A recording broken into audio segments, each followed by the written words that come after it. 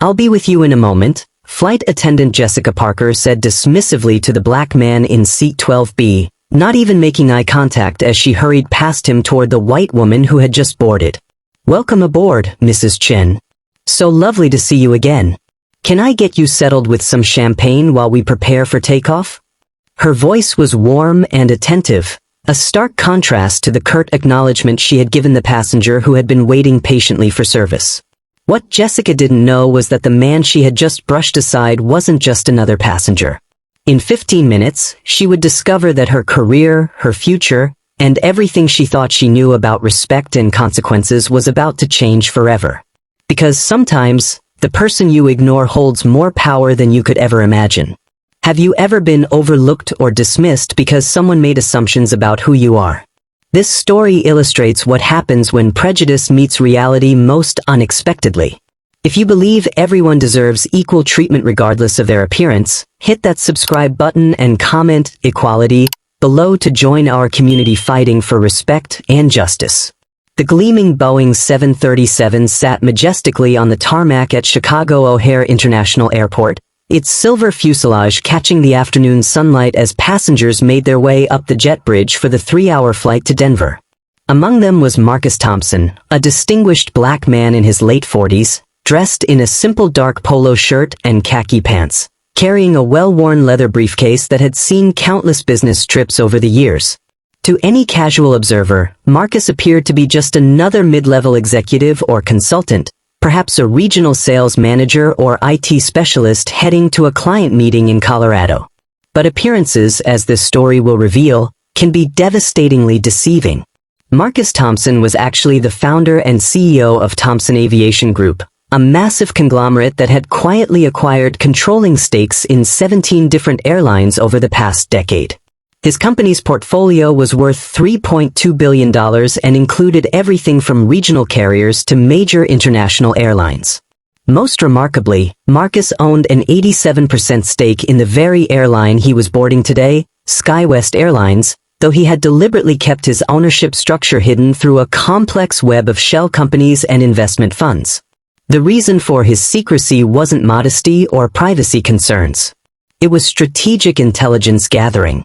For months, Marcus had been receiving troubling reports from his corporate oversight team about inconsistent service quality across his airline properties. Customer satisfaction surveys showed disturbing patterns, particularly in how passengers of different races were treated by flight crews. Complaints from minority travelers were increasing, while their retention rates were declining significantly compared to white passengers on identical routes with similar ticket prices. Traditional corporate assessments and mystery shopper programs had failed to capture the full scope of the problem.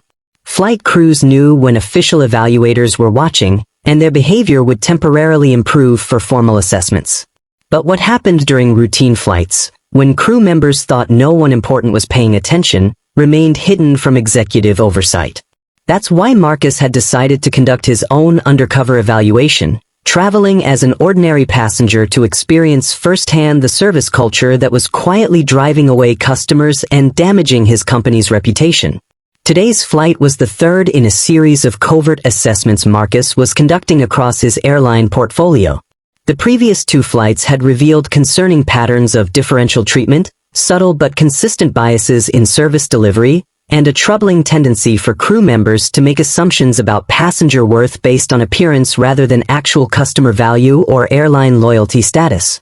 As Marcus settled into his economy class seat, 12B, he observed the boarding process with the trained eye of someone who understood airline operations from both the business and operational perspectives. The flight was nearly full, a good sign for profitability, with a typical mix of business travelers, families, and leisure passengers heading to Denver for various reasons. The aircraft itself was in excellent condition, recently updated with new interior fixtures and modern entertainment systems that represented significant capital investment in passenger comfort and satisfaction. Flight attendant Jessica Parker had been with SkyWest Airlines for 8 years, during which time she had built a reputation as someone who knew how to keep passengers happy and flights running smoothly. She was 29 years old, professionally trained, and generally well regarded by her supervisors for her efficiency and customer service skills. Jessica took pride in her ability to read passengers quickly, identifying who needed extra attention, who preferred to be left alone, and who might become problematic during the flight. But like many service industry professionals, Jessica's customer service approach was unconsciously influenced by assumptions about passenger status, value to the airline, and worthiness of premium attention. She had developed mental shortcuts over her years of flying, quick judgments about who deserved her best efforts and who could be served with minimal attention. These shortcuts, while efficient from her perspective, created exactly the kind of discriminatory service patterns that Marcus was investigating. As Jessica moved through the cabin conducting her pre-flight safety checks, she immediately noticed Mrs. Linda Chen, a well-dressed white woman in her 60s who was settling into seat 14A. Jessica recognized Mrs. Chen as a frequent flyer who typically purchased business class tickets and always tipped generously for exceptional service. Mrs. Chen represented the type of passenger that Jessica had learned to prioritize, someone whose satisfaction could impact future bookings and whose complaints could reach management attention. "Mrs. Chen, how wonderful to see you again," Jessica said warmly, approaching the woman with the bright, genuine smile she reserved for passengers she considered valuable. "I remember you mentioned last month that you were planning a trip to Colorado. Is this for business or pleasure?" Mrs. Chen smiled back, clearly pleased by the personal attention and recognition. "Business, unfortunately, but I'm hoping to stay an extra day to do some hiking in the mountains." "You have such a good memory, Jessica." "I always remember our special passengers," Jessica replied, her voice carrying the practiced charm that had served her well throughout her career. "Can I bring you something to drink while we finish boarding? Perhaps some champagne or sparkling water?" "That would be lovely, thank you so much," Mrs. Chen responded, settling back into her seat with the satisfied expression of someone who felt properly valued and recognized. Meanwhile, Marcus had been seated for nearly 10 minutes, observing this interaction and others like it throughout the boarding process. He had attempted to get Jessica's attention twice, once to ask about overhead bin space and once to inquire about the expected flight time, but both times she had acknowledged him with brief, distracted responses before hurrying away to attend to other passengers. The contrast in service delivery was stark and unmistakable. While Mrs. Chen received warm personal attention, detailed conversation, and proactive service offers, Marcus's legitimate questions were treated as interruptions to Jessica's more important duties. The differential treatment wasn't dramatic or overtly hostile, but it was consistent and clearly based on assumptions about passenger value rather than actual customer status or needs. "Excuse me, miss," Marcus said politely as Jessica passed his row again, carrying Mrs. Chen's requested champagne. "I was wondering if you could help me understand the airline's policy on laptop use during taxi and takeoff. I have some work I'd like to finish if possible." Jessica paused reluctantly, clearly viewing the question as an inconvenient interruption to her service duties. "All electronic devices need to be in airplane mode during taxi and takeoff, sir," she said quickly, her tone suggesting that this was obvious information that shouldn't require explanation. "You'll be able to use your laptop once we reach cruising altitude." "I understand about airplane mode," Marcus replied calmly, "but I've noticed that policies vary between airlines about when laptops can be opened and used. I wanted to make sure I followed SkyWest's specific procedures." Jessica's expression showed a flicker of impatience, as if Marcus was being unnecessarily demanding about minor details. "The captain will announce when electronic devices can be used normally," she said curtly. "If you have specific questions about policies, there's information in the seat back pocket." Without waiting for Marcus to respond or offering any additional assistance, Jessica continued toward the front of the cabin to deliver Mrs. Chen's champagne, leaving Marcus with his question only partially answered and a clear understanding that his concerns were not considered a priority. What Marcus found most revealing about this interaction wasn't Jessica's lack of detailed knowledge about laptop policies, which were genuinely complex and varied between aircraft types. What concerned him was her assumption that his question wasn't worth her time or attention, compared to the enthusiastic service she provided to passengers she deemed more valuable. Mrs. Chen's request for champagne had been handled with warmth and efficiency, while Marcus's legitimate policy question was treated as an annoying interruption. As the aircraft prepared for departure, Marcus continued to observe Jessica's service patterns throughout the cabin. She moved efficiently between passengers, but her level of attention and engagement varied dramatically based on her quick assessments of passenger worth. A young white couple traveling together received detailed explanations of the entertainment system and meal options. An elderly black gentleman asking about blanket availability was directed to the overhead compartment with minimal explanation. A white businessman in an expensive suit was offered priority assistance with his carry-on bag, while a Hispanic woman struggling with her luggage was largely ignored until another passenger stepped in to help. The patterns were subtle but unmistakable, creating a service hierarchy based on assumptions about passenger status rather than actual customer value or airline loyalty. Jessica wasn't consciously discriminatory, but her unconscious biases were creating exactly the kind of differential treatment that was driving minority passengers away from SkyWest Airlines and damaging the company's long-term profitability and reputation. 20 minutes into the flight, as the aircraft reached cruising altitude and the captain had turned off the seatbelt sign, Jessica began her beverage service. She started at the front of the cabin and worked systematically toward the back, but her pace and attention level varied significantly depending on who she was serving. When Jessica reached Mrs. Chen's row, she stopped for an extended conversation about drink options, local recommendations for hiking trails in Colorado, and updates about Mrs. Chen's family members whom Jessica remembered from previous flights. The interaction lasted nearly 5 minutes and included detailed explanations of available snacks, offers of extra napkins and pillows, and genuine interest in Mrs. Chen's travel plans.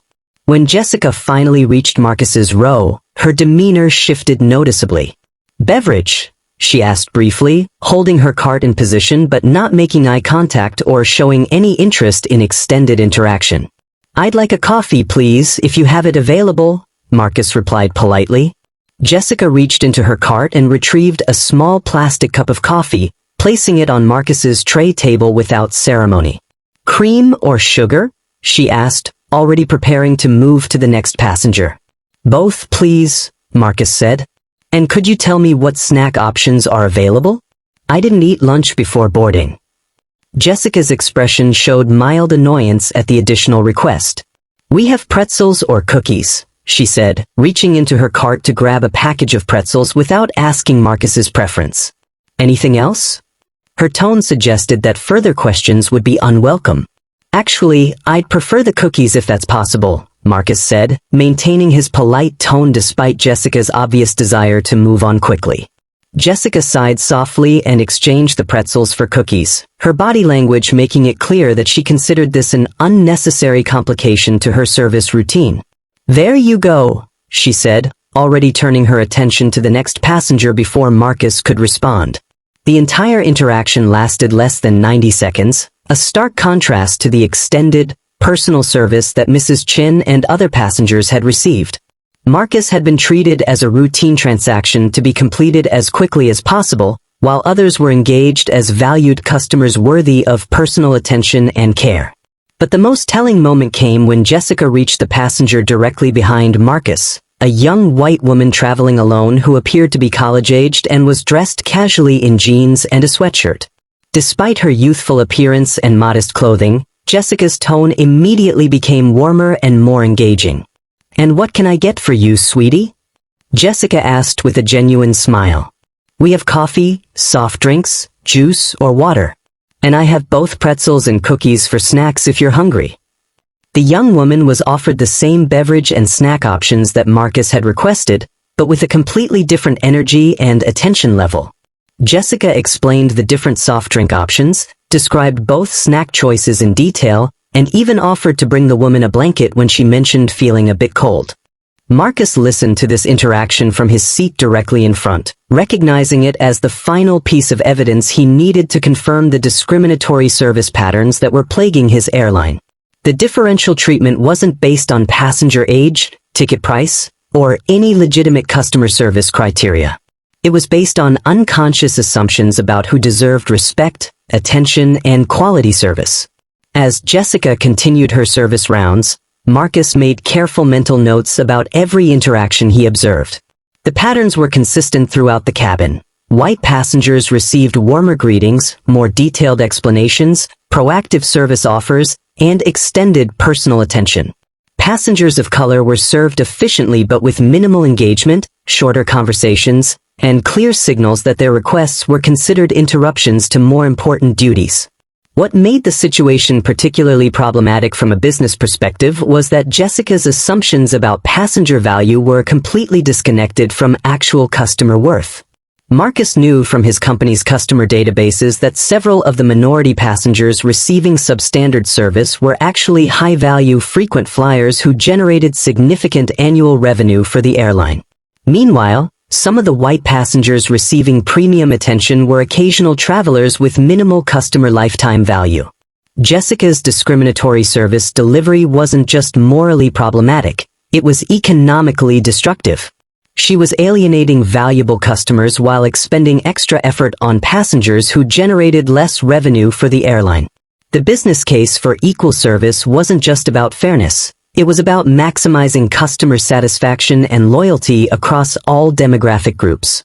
45 minutes into the flight, Marcus decided to conduct one final test of Jessica's service approach. He pressed his call button and waited to see how quickly she would respond and what level of attention she would provide. Jessica noticed the call light immediately, but finished serving beverages to 2 more passengers before walking back to Marcus's row. Her expression showed mild irritation, as if she was wondering what additional demands he might have. "Yes, sir, what do you need?" Jessica asked, her tone suggesting that this interruption was inconvenient. "I was wondering if I could get some water, and also if you could tell me about SkyWest's frequent flyer program," Marcus said. "I travel quite a bit for business, and I'm considering switching airlines to get better benefits." The question about switching airlines should have triggered immediate attention from any experienced flight attendant, since customer retention was a key performance metric, and losing passengers to competitors directly impacted airline profitability. But Jessica's response showed no recognition of the business implications of Marcus's inquiry. "I can get you water," Jessica said, reaching into her cart for a small plastic bottle. "For frequent flyer information, there are brochures in the seat back pocket, or you can check our website." She placed the water bottle on Marcus's tray table and began to turn away, showing no interest in explaining program benefits, asking about his current airline loyalty status, or making any effort to retain him as a potential customer. "Before you go," Marcus said politely, "I'm curious about the service differences I've noticed during this flight. Some passengers seem to receive much more detailed attention and conversation than others. Is that based on some kind of customer status system I'm not aware of?" Jessica stopped and looked at Marcus with surprise, clearly not expecting to be questioned about her service approach. "I try to provide good service to everyone," she said defensively. "Some passengers just need more assistance than others." "I understand," Marcus replied calmly. "I was just curious about how those determinations are made, since I noticed that passengers asking similar questions received very different levels of attention and explanation." Jessica's face flushed slightly as she realized that Marcus had been observing her service patterns closely enough to notice the inconsistencies. "Sir, I have other passengers to serve," she said curtly. "If you have complaints about service, you can contact customer relations after the flight." Without waiting for Marcus to respond, Jessica moved quickly away from his row, clearly uncomfortable with having her service approach questioned by a passenger. But her abrupt departure and defensive response had provided Marcus with even more evidence of the problematic attitudes that were driving customer dissatisfaction across his airline properties. As the flight continued toward Denver, Marcus reflected on everything he had observed and experienced during the past 2 hours. Jessica's discriminatory service delivery was exactly the kind of systematic bias that was damaging SkyWest Airlines' reputation and profitability. The differential treatment created negative experiences for minority passengers while wasting company resources on inefficient service allocation. But Marcus also recognized that Jessica's behavior was symptomatic of broader cultural problems within the airline industry. Individual training or discipline wouldn't solve systemic issues that were embedded in service culture, hiring practices, performance metrics, and management oversight systems. That's why Marcus had spent the past year developing a comprehensive reform program that would address discrimination at every level of airline operations. New training protocols focused on unconscious bias recognition, updated performance metrics that tracked service quality across different demographic groups, revised hiring practices that prioritized cultural competency alongside technical skills, and enhanced oversight systems that could identify and correct discriminatory patterns before they became entrenched. The program was ready for implementation, but Marcus had wanted to complete his undercover assessments first to ensure that his reform strategies addressed the actual problems that passengers experienced rather than theoretical concerns that might not reflect operational reality. Today's flight had provided the final confirmation that comprehensive intervention was necessary and urgent. Jessica's service patterns were probably replicated by hundreds of flight attendants across his airline's properties, creating thousands of negative experiences every day for passengers who deserved better treatment and generating long-term customer loyalty problems that would eventually impact the company's profitability. As the aircraft began its descent into Denver, Marcus prepared for the confrontation that would transform not just Jessica's understanding of customer service, but the entire culture of SkyWest Airlines. The captain's voice came over the intercom system as the plane began its final approach to Denver International Airport. Flight attendants, please prepare for landing. We should be on the ground in approximately 15 minutes. Jessica moved through the cabin collecting trash and ensuring that passengers had returned their seats and tray tables to upright positions. As she reached Marcus's row, she performed her duties with the same brisk efficiency she had shown throughout the flight, making no eye contact and offering no closing pleasantries. "Tray table up, please," Jessica said curtly, waiting impatiently as Marcus complied with her request. "Thank you for your service during the flight," Marcus said politely, testing whether Jessica's attitude might soften during the final interactions. Jessica nodded briefly without responding verbally, already moving to the next row to continue her pre-landing duties. Her dismissive response provided a final example of the differential treatment that had characterized the entire flight experience.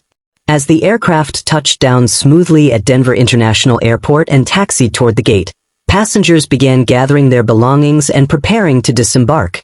Marcus remained seated, observing Jessica's final interactions with different passengers as they prepared to leave the aircraft.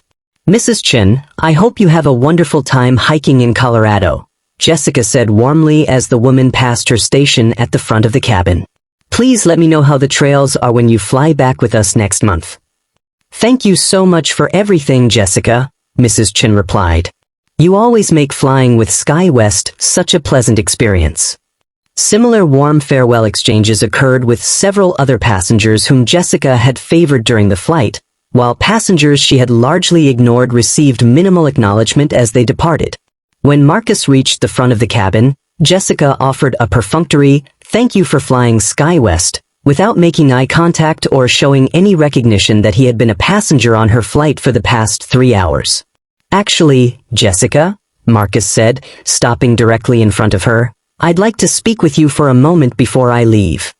Jessica looked up with surprise and mild annoyance, clearly not expecting any extended interaction with a passenger she had categorized as unimportant.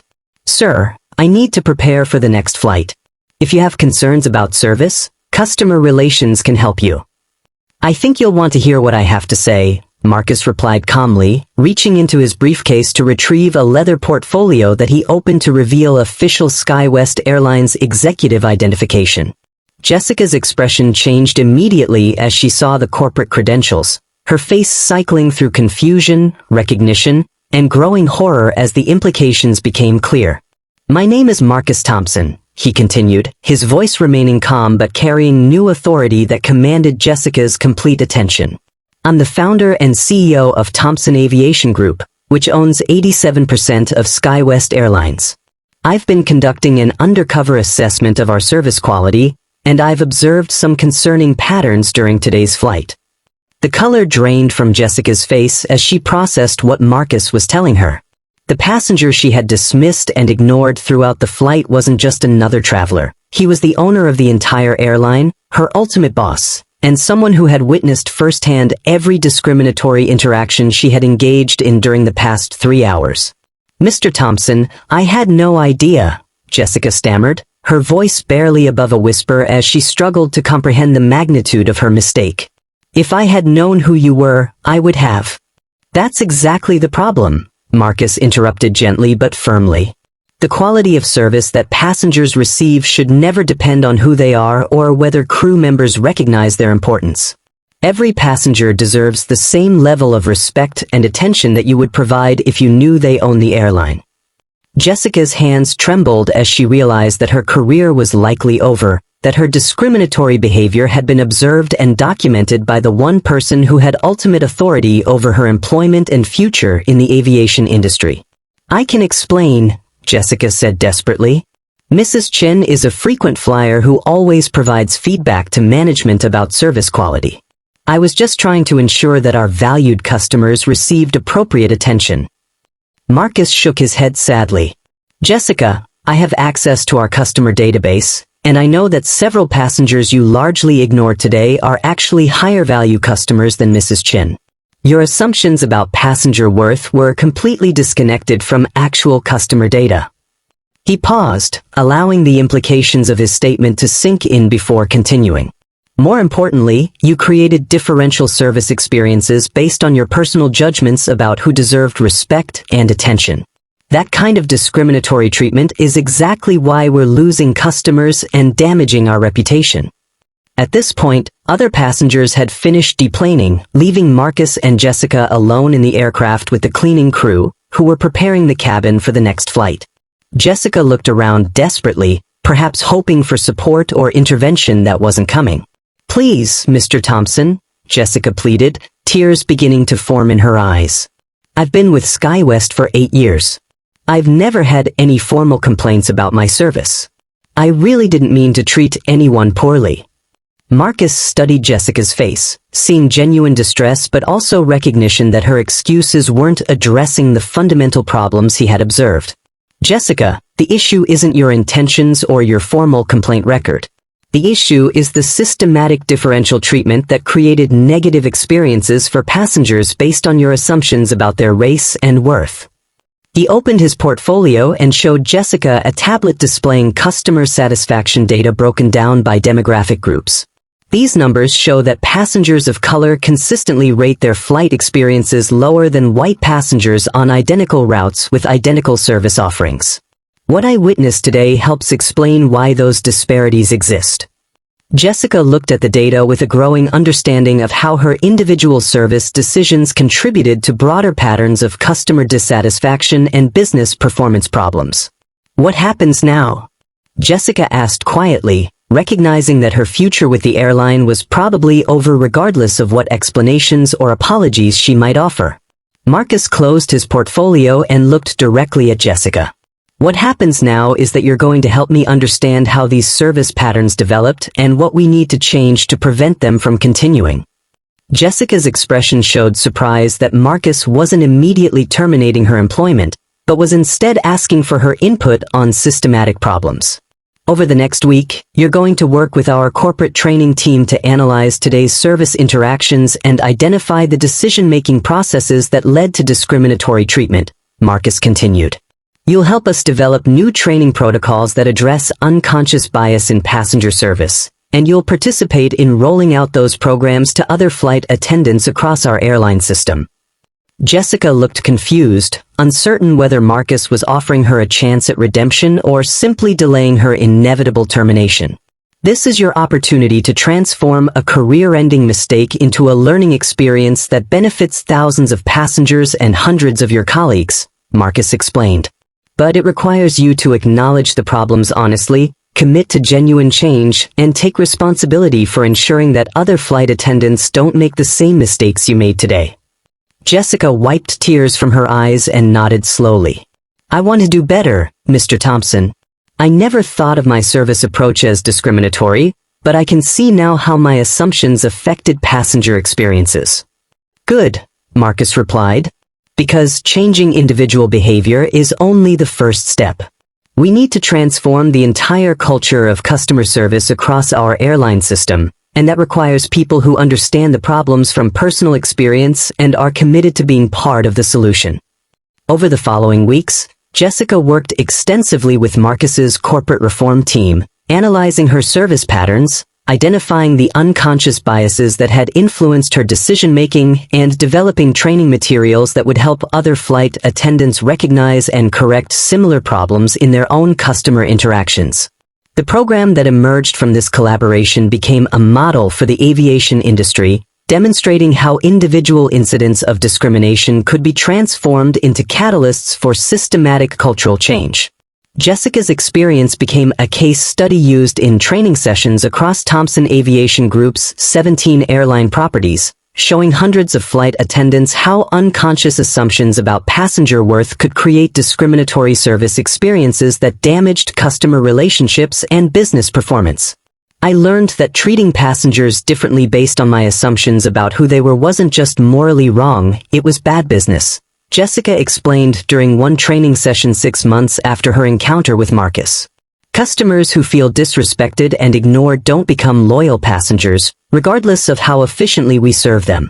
The training program expanded beyond flight attendant education to include gate agents, customer service representatives, and airport personnel, creating comprehensive service standards that prioritized equal treatment across all passenger touchpoints.